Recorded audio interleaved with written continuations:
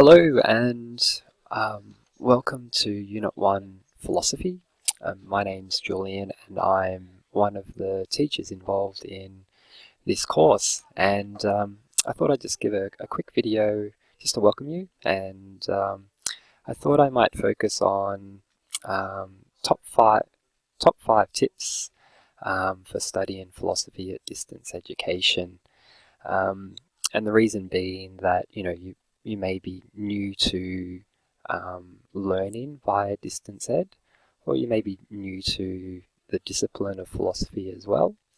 And this is not the be-all and end-all of tips, but I thought these were just some 5 basic tips that will help you in your learning this year.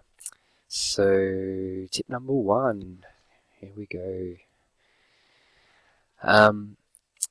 Tip number 1, I'd really like you to think about how you are going to schedule and develop a timetable throughout the week.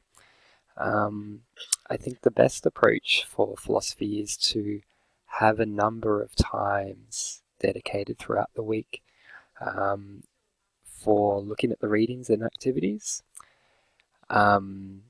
Basically, the discipline of philosophy itself requires a lot of reflection, and so sometimes you need some time to think through a particular question or a problem, and so accessing the course over a number of times throughout the week allows for that a little bit.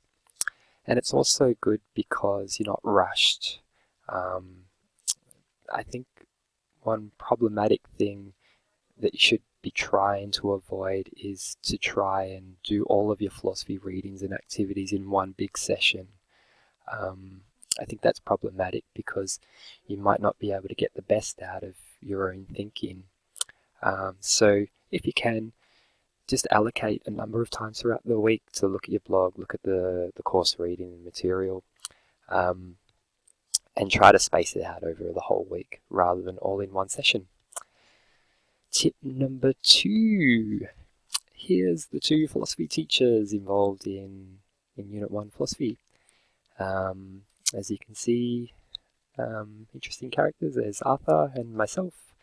Tip number 2 is be in regular contact with your teacher. Know who your teacher is, their email, what their phone number is. Don't be shy just to contact them. Let us know how you're going. If you're ill or if you can't access the course or for whatever reason you're unable to complete the weekly work, send us an email.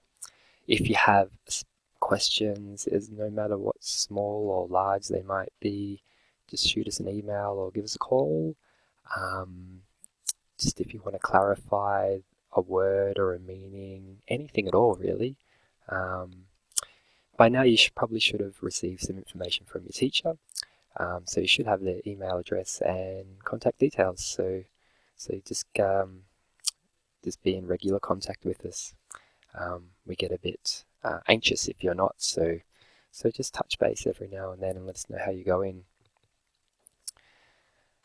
Tip number 3. You need to engage in philosophical ideas with other class members. They're your asset. They're your biggest resource in this course. You'll need to ask questions from your fellow class members. Don't be shy to be challenging in a respectful manner as well. So if you don't agree with them, maybe you want to ask a question or you're not quite sure what they mean by something, feel free to post in their blog or in the forum to continue that dialogue, because really philosophy is really about engagement with others. It's not so much an isolated thing, although sometimes it might feel a bit isolating. So we'd really like you to encourage you to make the most of forums and blogs and seminars throughout the year and online lessons. The first seminar this year is scheduled for the 24th of March. We'd really like you as much as possible to be able to attend this. More information will be sent out on this quite soon, but just bear in mind that date, 24th of March. It really is a great opportunity to physically engage with other class members throughout the state. in addition to all the class online activities and forums and blog posts and that type of thing. So tip number 3, do engage with philosophical ideas with your class members. That's really, really important. Tip number 4, throughout the weekly activities and readings, you'll probably be presented with a number of possible positions or reasonings about a particular problem. Tip number 4 is have the courage to take a philosophical position, but also be open to discussions and reflections. So what I'm trying to get at here is there's a tendency to sit on the fence a little bit in past students with their classroom activities and their responses to questions and problems and philosophical thoughts. So I'd really encourage students and philosophy class members just to have that courage just to take a position, to try it out, test drive it a little bit, see if the reasons work.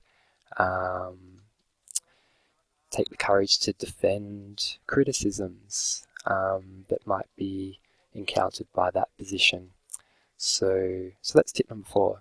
Don't be afraid to take a philosophical position and defend that. And lastly is tip number 5. Take the time to be precise with your thoughts and reasoning. Take the time to express and explain what your thinking is. Give reasons for your own reasoning. Extend it. Dig a little bit deeper. Are there any underlying assumptions that your position rests upon?